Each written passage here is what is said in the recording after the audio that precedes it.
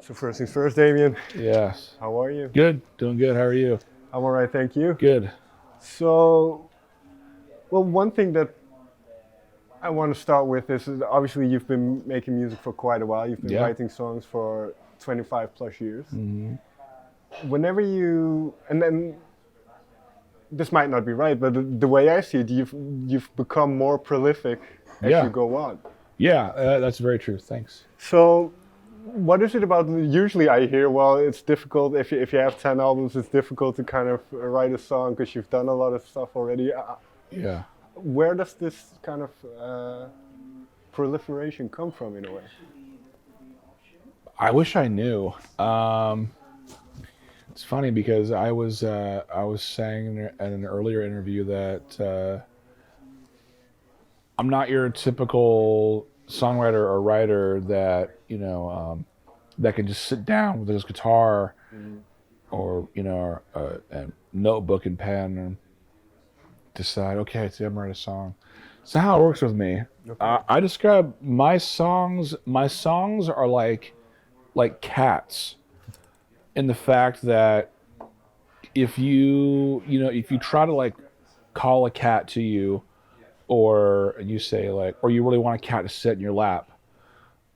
I don't know about other people's cats. My own cat stares at me like I'm a nutcase, and doesn't do that. No matter how hard I try. If I go to pet it, you know, she runs away. But I found that if I just ignore her and let her be, then she's always jumping on my lap. She wants to be petted and, you know, played with, chased around, whatever. Mm. So my songs are like cats in that way. The best way for me to write a song is to go about my day and just run errands. Go to the post office, make the bed, do the dishes, whatever it is. Go to the store, and the songs just start showing up like crazy. So yeah. And can it be at any moment? And when it hits, do you have your phone and record bits or? I'll try to record it, but for the most part, it's just a simple melody or an idea. Um, the song doesn't really show up like in a whole, like, oh, here's a whole bunch of verses and Sure. here's a whole bunch of melodies. It's not how it happens. But I wish that'd be awesome if it did. Actually, that'd be like, that'd be amazing. But no. So yeah, it's sort of like, oh, I got a melody idea. Okay.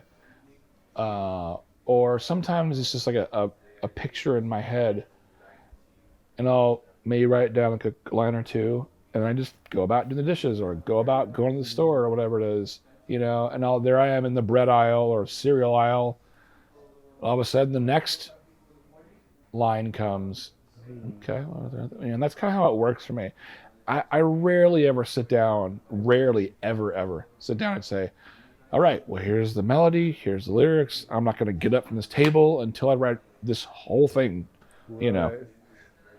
it's not how it works with me. So So in that sense, do songs stay with you for quite a while? Kind of the ideas before they get fully fleshed out. Can it be a yeah, period of like yeah, 6 months? Or? it'd be like if you had it'd be like if you were living alone in a house and you had some person knock on the door, Mm, say nothing to you, but starts moving their stuff in, right? sure. Like, here's my blankets, here's my pillow. And they said nothing to you. They leave the house. You're wondering, what the hell was that about? Huh, okay. And then maybe like an hour later, show up with their dishes. And that's kind of how this whole thing starts with me. It's how it is. And when that happens, it moves in. It takes residency in my psyche, if you will, my mind. Sure. And when does that whole process kind of turn into what maybe can be considered as an album? Or when does that kind of encompassing idea start to make itself apparent to you? Usually, when I have a collection of songs, like, you know, whether it's 8 songs or 10 songs or 12 songs, Mhm. I'll say, okay, well, I think this is an album. I don't ever sit down and like write, like an album. Sure. That doesn't really happen The last time that happened, I think one of the only times that really happened was when I was working on Maricopa. Okay. Maricopa was like a set story, set group of songs, went in the studio and boom. Although not every song I wrote during that time made the record. A lot of songs I wrote were left off the record. And, but no, like that was the only time. So for me, I know when it's time to make a record when I have a group of songs that sound, good together. Right. And for this record in particular, then, what was the first song that started to flesh itself out a little bit, or maybe one of the first that? Yeah, probably. I think it was the first song, "Birds Tricked into the Trees." Okay. That was the first one that came to me for this album, where it's just like, oh, okay, interesting, And so I think that was it. But sorry for interrupting, but is it then like you understand kind of what it's about, not until a lot later then as well? Oh yeah, I have no idea what the hell the song's about until way later. Right. Yeah. Because with that particular song, and I found it interesting. I wrote down. Where do I? Sorry, I can't even read my own handwriting.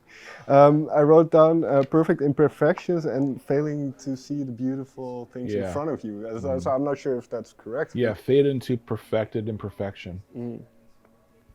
I don't know. I just wrote it down. I just thought, that's kind of cool. Oh, faded into perfected perfection. That's cool.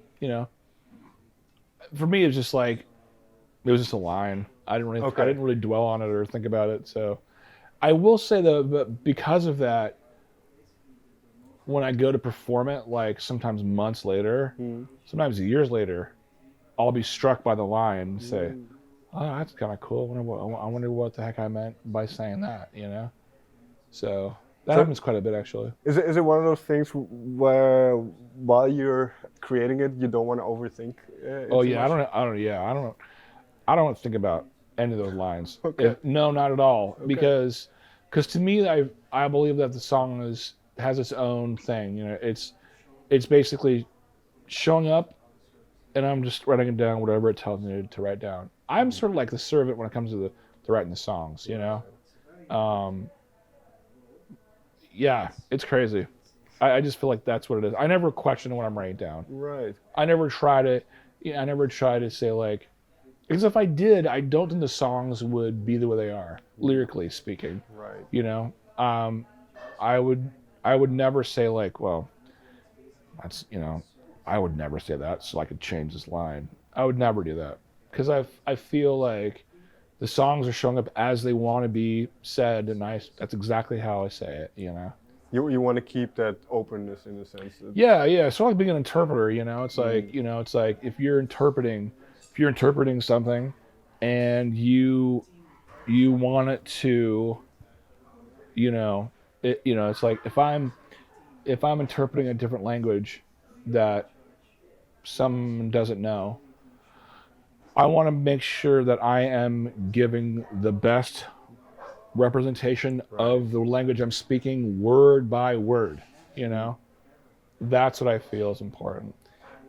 Is the same then true for how you go about writing songs from the production side? Do you kind of let the song be what it is, or do you? Yeah, for the most part. Yeah, okay. Yeah, for the most part. Like before I go to the studio, there's not a lot of thinking or overthinking for the most part as to how I'm gonna do this prior to the studio. It's like none of that happens. All the ideas like for production happen in the studio only, for the most part. Because I'm going into the studio just with the songs as they were written, and that's it. There might be some slight changes, like okay, I might play it a little bit slower than I originally wrote it, but that's about it. But for this new album, it's like decisions are being made while we're in the studio. For instance, the vocals, the bass guitar and the vocals.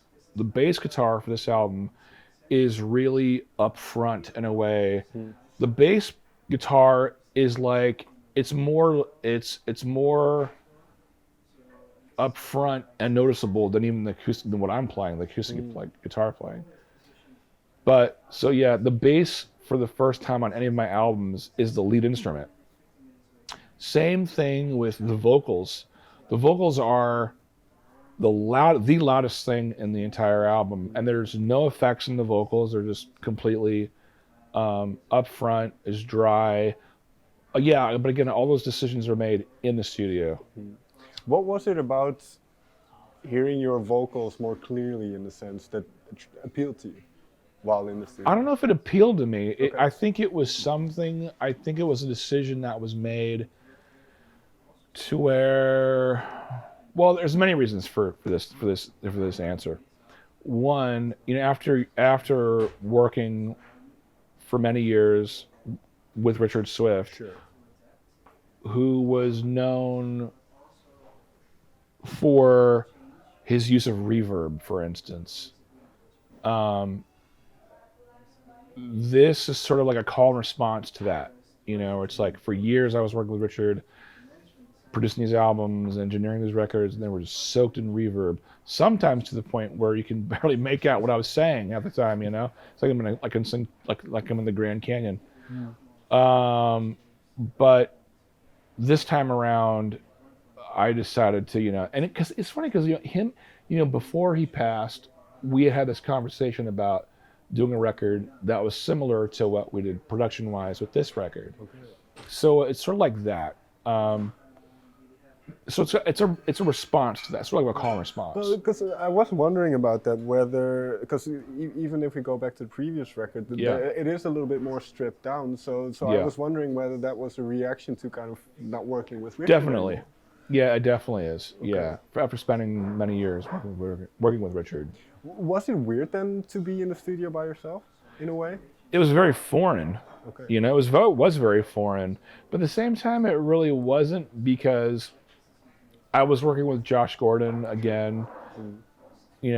Josh plays bass in this album. He played bass on Horizon Just Laughed, and some percussion and guitar. Josh had his own history with Richard Swift. Richard, I believe, did part of The Novelist at Josh's studio. So yeah, Josh has his own history with Richard, so it wasn't that strange. Okay. It was only strange in the physical sense, which is like, obviously Richard isn't with us anymore, so that's always takes some getting used to. Fair enough. Yeah.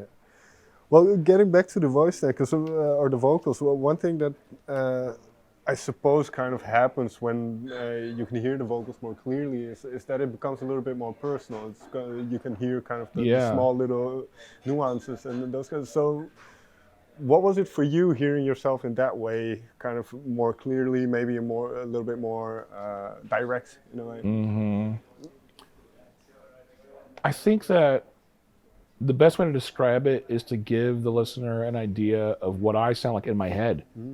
The loudest voice, being an introvert, I'm pretty much an introverted person, and I always say the loudest voice, my inner voice is more louder than my audible voice, and so this record, lyrically speaking, and also for other reasons, it's almost like it's very much an introverted record.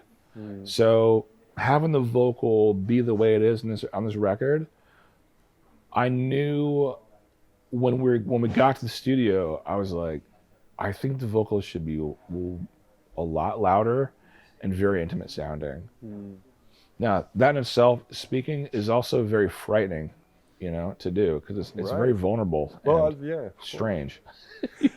So when, and especially since you kind of, like you say, you don't really know where songs are headed or what they mean in a sense. So do you have a different view of what the album is now than maybe 6 months ago? Or? I haven't listened to the album, so I haven't listened to the album since it was done. So Um, Yeah, fair enough. You can't. yeah, I can't answer that question. I have no idea. Fair enough. I'm sure it sounds fine. No, but well, like you say, that because you want it to be a little bit more personal in terms of the vocals and the songs as well, Yeah. because there is some songs kind of devoted to Richard in a way. Yeah. What is it like to write, or maybe even the whole process, but write or perform those types of songs that are really, really close to you? And They're like you close say, to me. kind of that vulnerability that you have to Yeah. kind of... They're not easy. those- I mean, I remember, Richard's song. The song about Richard in the album is called Ochoa. Ochoa is his birth name, his last name. That song was very tough for me to sing live the first time I did it. I remember it was also very hard for me to record, because I'm still in this place of grieving his passing. Yeah, like I remember when he passed, I wondered how long does one grieve for or supposed to grieve for? And then quickly finding out that there is no time limit. Grieving has no time limit, and I still grieve his passing. I miss him tremendously every day. Whenever you have those type of, and I don't want, if you don't want to get into this, it's Sure. fine. But whenever you have these kind of musical connections with somebody, how rare is that, or how special are those kind of connections you have with people? I think it is very rare. The connection, because again, I've played with a lot of musicians in the past who are all great. I've been very fortunate to play with some very talented people throughout my years, from the very beginning and on to the present day.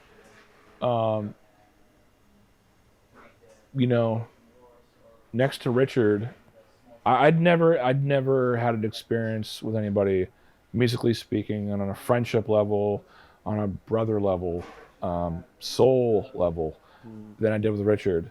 The closest thing that I can come to is Josh, for instance, Josh Gordon, who I'm working with now. I always say, I say it now that next to Richard, Josh is the closest person in my life. He understands me on a level that, I always said that Josh is a very good interpreter. Again, from what I was saying before, it's like, I'm able to go to someone like Josh and say, I have this melody in my head.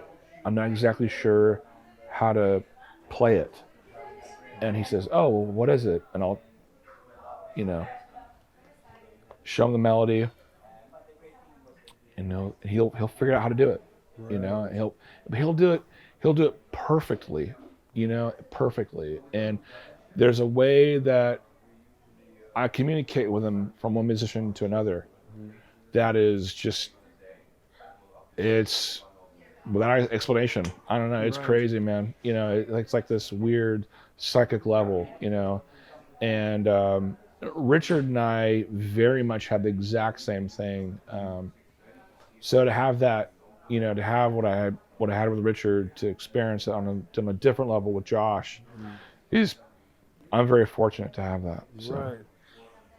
And when it comes to kind of fleshing out these songs, then, because I googled some of the titles just to see. Oh yeah. What did you come up with? So Alice Hyatt was Linda Lawlin. Yeah, Linda Lavin, yeah. Lavin. I kind of read the story with her son Tommy, so I almost thought maybe that's where the album title comes from, but I'm not sure. No. Fair enough. Okay. Good guess though, because your son's name was Tommy, right? Yeah. On the show. Yeah, Linda Lavin. Actually, Linda Lavin's character of Alice Hyatt actually has nothing to do with the song itself. I just like her name. Okay, fair enough. And there's also a connection too, because On the Horizon Just Laughed, there's a song called Marvin Kaplan. Marvin Kaplan, the actor, is in the show Alice. Ah, okay. He plays a character named Henry. And so it's just sort of like kind of a throwback to that whole connection. Because Alice, the show Alice is one of my favorite TV shows of all time, hands down. So I have to watch it at some point. Yeah, you should watch it sometime. It takes place in a diner in Arizona in the late 70s and early 80s, and it's a great show. But yeah, no. What's new, Tomboy? That was from there was an American television show, another television show called Gomer Pyle. Gomer Pyle stars this actor named Jim Nabors, and he plays a Marine, and it's a comedy show. Anyways, but in the show, there's a scene where he flies, takes a trip to Hollywood to see like this, like where all the Hollywood stars live. And one of them is this actress, his famous actress because she's not really a famous actress in real life. She's a famous actress in the show. Right. Okay. So we have this fictional character going to visit this fictional movie star, and so he ends up meeting her on this Hollywood Stars tour. Right. And he says, oh, I love all your movies. And he starts naming all these movies, and then one of them is What's Up, Tomboy? Was named one of the movies. And I thought, that is the coolest title of a movie I've ever heard. What's New, Tomboy? So I wrote it down, and I actually have a long list of titles that I want to use. That ended up being on there. So at some point you can always go to your book and you have a bunch of titles. Yeah, just have a bunch of titles, yeah. Oh, excellent. Yeah. Because one thing I like about your writing in the sense is that it can be quite character driven in terms of so and this is maybe too general a question, but what is it about kind of quirky characters or certain particular characters that interest you? Kind of everyday people and That's a good question. What is it about them that interests me? I think that because they're so, I'm drawn to them because the characters I'm drawn to, for the most part, I'm drawn to because I'm so different than they are. So I've always been drawn to people, artists, you name it, ordinary people, characters in shows and movies, and that are very different than I am, and but at the same time, I might see some sort of similarity. Right. I find that as though we're very different from each other, I'm looking for the similarities, within it. Kind of the common humanity in a way. Yeah. I'll give you an example, like the show Family Ties. Sure. Mr.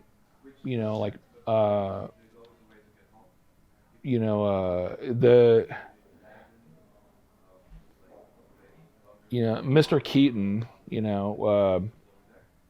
was different. He was very different than my dad. Like a billion times different than my dad. Right. But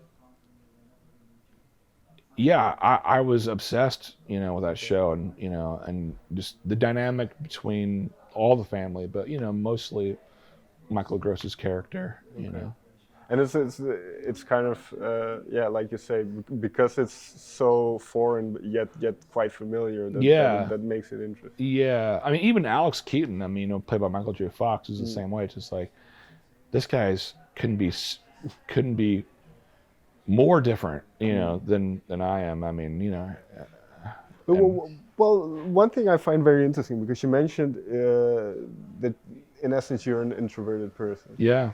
Because I find a lot of musicians or artists can be, but what I find interesting then is there is something that gets them to kind of put themselves out there and go on stage and kind of have people judge them for their work. So how have you kind of navigated that element of doing what you do, kind of being a songwriter? Well, one, I think you just said it. Like, I'm a songwriter. I think, and some of your viewers may disagree, and that's okay. But I think there are two camps. I think there are artists, and then there are entertainers.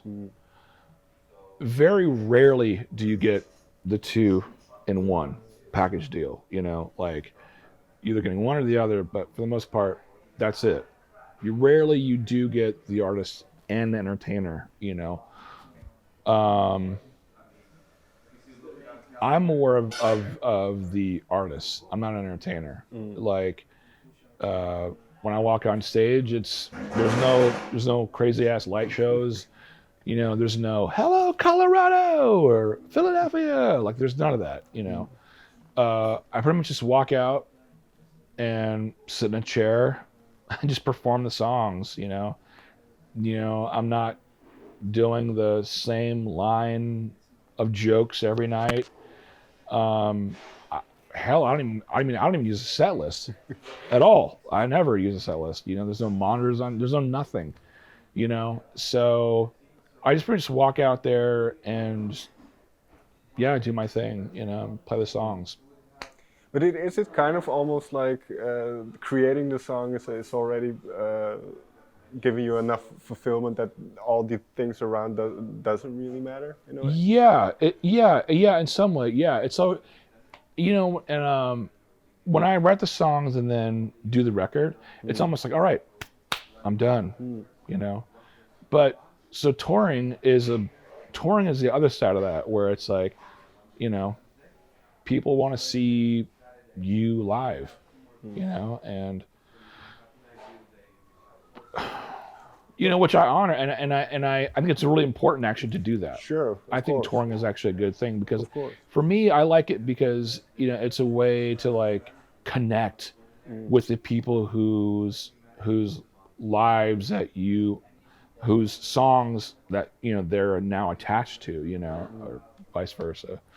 I don't know if I even said that right, but no, but I get what you you're know what I'm saying. Yeah, like people take songs and attach them to their lives, and I know I do that tons in my life, or whether it be a movie or a story or, you know, or a song. You know, we attach things to our lives, and so to have the opportunity to meet somebody who's done that with your work, I mean, that's incredible, you know. And the stories that you hear, you know, and because people will hear the works differently than I hear them, right?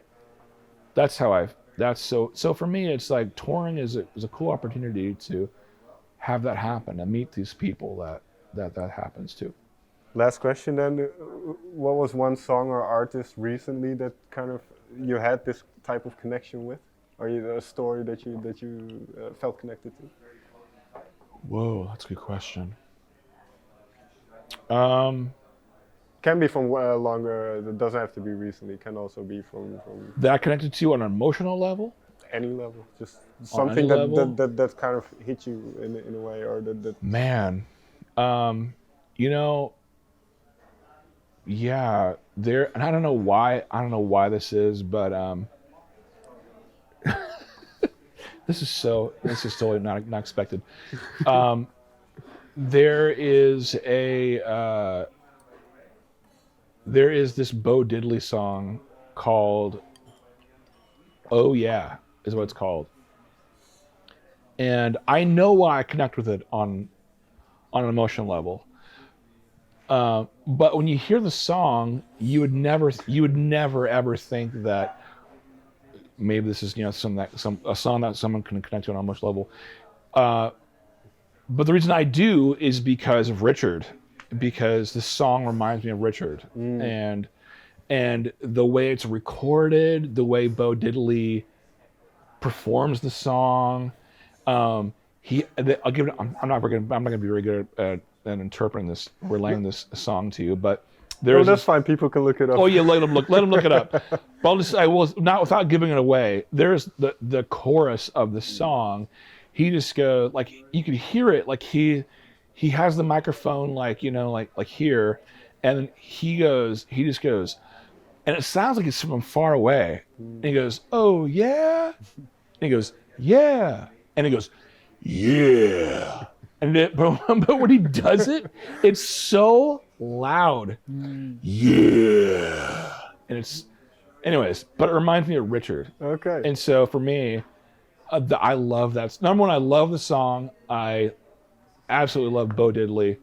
But this song really connects me to Richard in this really intense way. Like the last time I listened to this song was probably a week ago. I teared up when I heard it because it reminds me so much of Richard. So I'm gonna have to check that one out. Yeah, check it out. It's called "Oh Yeah" by Bo Diddley. All right, Damien. Thank you very much for your time. Yeah, definitely. Thank you.